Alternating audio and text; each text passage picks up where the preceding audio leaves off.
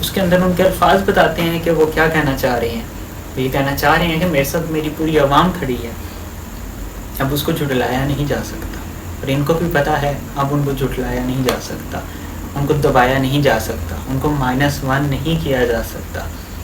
وہ دور چلے گئے, یہ خان صاحب کا دور آیا ہے, یوتھ ان کے ساتھ کھڑی ہے اس ٹائم.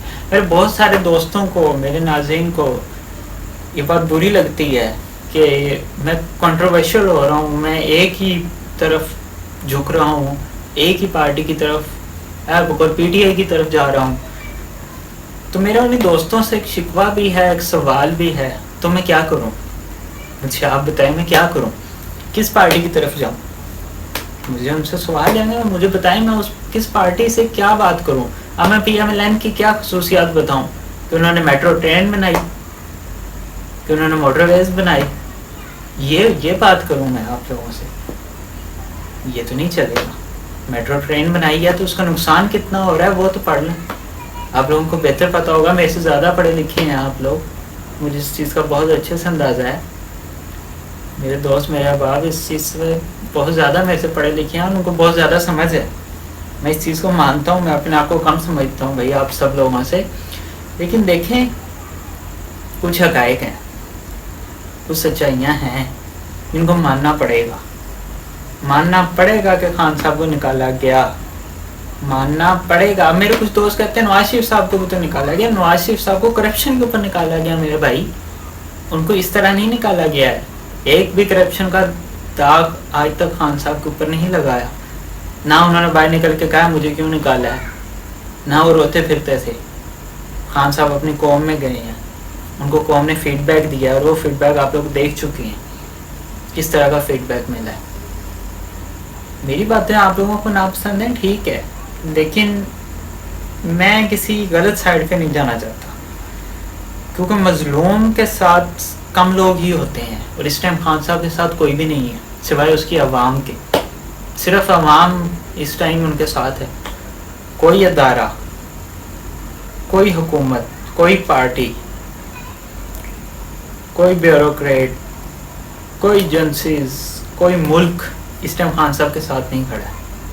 صرف اکیلا خان اور اس کی عوام, یہ دو لوگ اکٹھے کھڑے ہیں. اور ایک طرف 13 پارٹیاں, پوری دنیا, سپر پاورز جن کو کہا جاتا ہے, وہ ایک طرف, ایک عوام, ایک خان صاحب دوسری طرف کھڑے ہیں.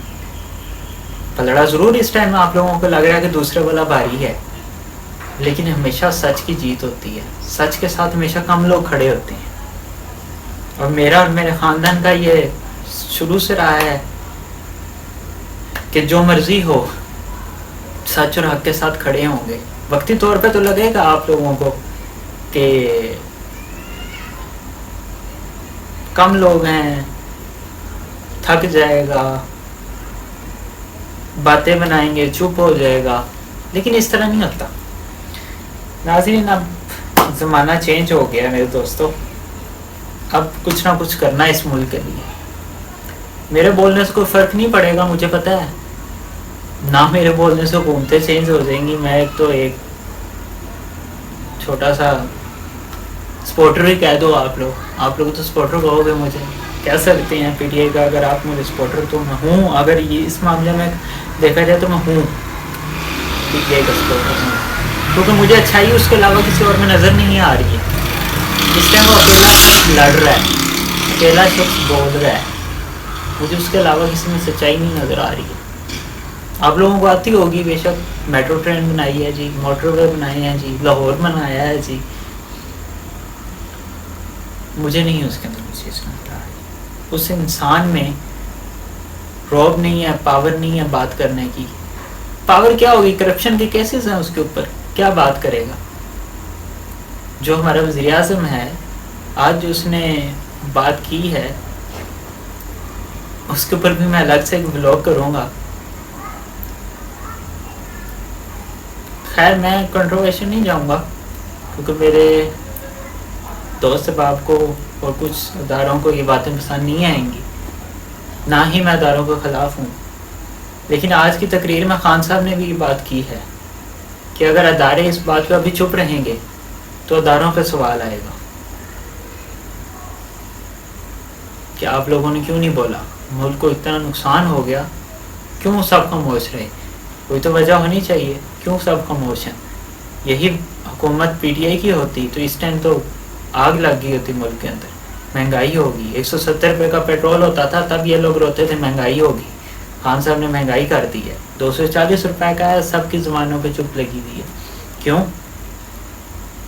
سب کو اپنی اپنی کرپشن بچانی ہے, سب کو چھپ کے رہنا ہے.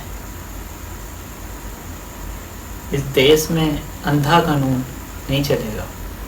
کبھی خان صاحب کو کیسز میں ڈرا دیا جانا, کبھی خان صاحب پہ دوسرے کیسز بنا دیے جانے, کرپشن کے کیسز بنا دیے جانے, ثابت کچھ نہیں ہونا. اسی انسان نے 5 ارب 3 گھنٹے کی کانفرنس کے اندر اکٹھا کیا ہے, اور بھی اپنے اوورسیز پاکستانی سے, جن کے اوپر انہوں نے کہا تھا یہ فورن فنڈنگ لیتا ہے. پھر یہ وہ فورن فنڈنگ نہیں تھی جو اس نے سیلاب زدگان کے لیے لی ہے. انہیں لوگوں نے فورن فنڈنگ آئی ہے نا, جن کو انہوں نے فورن فنڈنگ کہا تھا, انہیں لوگوں نے اس کو فنڈ دیا ہے 5 ارب. کہیں اس کو, بولیں اس کے اوپر کہ فورن فنڈنگ ہو گئی ہے پاکستان کے اندر. یہ ہوتی ہے فورن فنڈنگ, یہ لی ہے خان صاحب نے. انشاءاللہ مجھے جہاں تک امید ہے, صرف مجھے خان صاحب سے امید ہے, مجھے اور کسی, نہ اس کی پارٹی کے کسی بندے سے امید ہے, نہ کسی اور سے امید ہے. مجھے صرف خان صاحب سے امید ہے کہ اس ملک کو صحیح ڈائریکشن کے اندر ایک ہی بندہ لے کے جا سکتا ہے, وہ ہے عمران خان. وہ آپ کو ماننا پڑے گا. دوسری یہی بات ہے, خان صاحب سے ایک سوال کیا گیا کہ سننے میں آیا ہے آپ کو مار دیں گے, آپ کو مارنے کی تیاری چل رہی ہے, آپ کو جیل بھیج دیں گے. تو خان صاحب نے پہلے کہا کہ میں تو اپنا بیگ تیار کر کے بیٹھا ہوں جیل جانے کے لیے, میں تو مینٹلی طور پر پریپیئر ہوں. اور رہی بات کہتے ہیں میری موت کی, مجھے مار دیا جائے گا, تو میں اس سے بہت آگے نکل چکا ہوں. کہ یہ مجھے مار دینے کی سوچ جو ان سی ہے, میں اس سے بہت آگے نکل چکا ہوں. مجھے اس کی پرواہ نہیں ہے زندگی موت کی. لیکن ناظرین, جو انسان ہمارے لیے اپنی زندگی, اپنے بچوں کی پرواہ کیے بغیر لڑ سکتا ہے, تو ہم کیوں چپ بیٹھے ہیں؟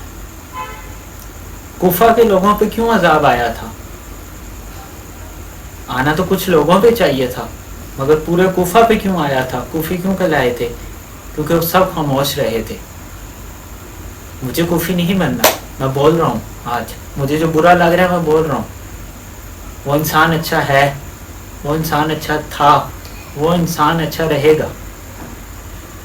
خان صاحب پہ کوئی مجھے شک نہیں ہے, کسی قسم کا شک نہیں ہے. میں, میرا خاندان انشاءاللہ عمران خان کے سپورٹ کرے گا, ان کو ووٹ بھی دے گا. کہہ لیں جس سب نے مجھے کہنا ہے کہ یہ پی ٹی آئی کا ہے, یہ اس کی تعریف کرے گا اور کسی کی نہیں کرے گا. میں باقیوں کی کیا تعریف کروں گا یار؟ کچھ نظر آئے گا تو تعریف کروں گا. جس پہ 60 ارب کا کرپشن کا کیس ہے وزیر اعظم پہ, اس کی تعریف کروں. جس کا وزیر داخلہ جو نثار ثناءاللہ, رانا ثناءاللہ, سوری معذرت چاہتا ہوں, رانا ثناءاللہ ماڈل ٹاؤن میں قاتل ہے, اس کی تعریف کروں. شاہد خاقان عباسی کرپشن کے اندر ملوث, اس کی تعریف کروں. راجہ رینٹل پیپلز پارٹی کا, اس کی تعریف کروں. کس کی تعریف کروں ناظرین؟ مجھے آپ بتائیں. آدھی سے زیادہ کابینہ ان کی کرپشن کے کیسز کے اندر ملوث ہے, ان کی تعریف کروں؟ نہیں ہوگا, نہیں چلے گا. جو اچھا ہے اس کو اچھا کہنا پڑے گا. آپ کو نہیں پسند, میرے دوستوں کو کچھ کو مجھے ذرائع سے خبر ملی ہے کہ کہتے ہیں کہ جاسر کنٹروورشل ہو گیا ہے, ایک پارٹی کی طرف ہے, اس کو عمران خان بہت پسند ہے, وہ اس کی تعریفیں کرتا ہے. مجھے عمران خان پسند ہے کیونکہ وہ ایک اچھا بندہ ہے, ایک انصاف پسند بندہ ہے. اس نے پاکستان میں کام کیا ہے, اس نے اپنی زندگی دے دی ہے اس ٹائم پاکستان کو. اس کے علاوہ میں اور کچھ نہیں کہنا چاہوں گا. اللہ تعالیٰ آپ سب کو اپنے گھروں میں حفظ و امان سے رکھے, مت نکلیے باہر. اچھا سمجھتے ہیں انہیں, رہیں گھر, تعریف کریں ان کی, ووٹ دیں ان کو. میں تو نہیں روکوں گا, ووٹ کا حق آپ کا اپنا ہے, آپ نے خود دینا ہے. دیں نواز شریف صاحب کو ووٹ, میں تو نہیں روک سکتا. میں تو اپنا حق کے لیے بولوں گا, جتنا میرے سے بولا گیا بولوں گا, ضرور بولوں گا. کوئی نہیں روک سکتا, نہ آپ روک سکتے نہ کوئی اور روک سکتا. پر میں اس طرف کھڑا ہوں گا جس طرف سچائی ہوگی. مجھے وہ سچائی اس ٹائم صرف پاکستان تحریک انصاف اور اس کے اندر صرف خان صاحب کے اندر نظر آتی ہے. اللہ نگہبان.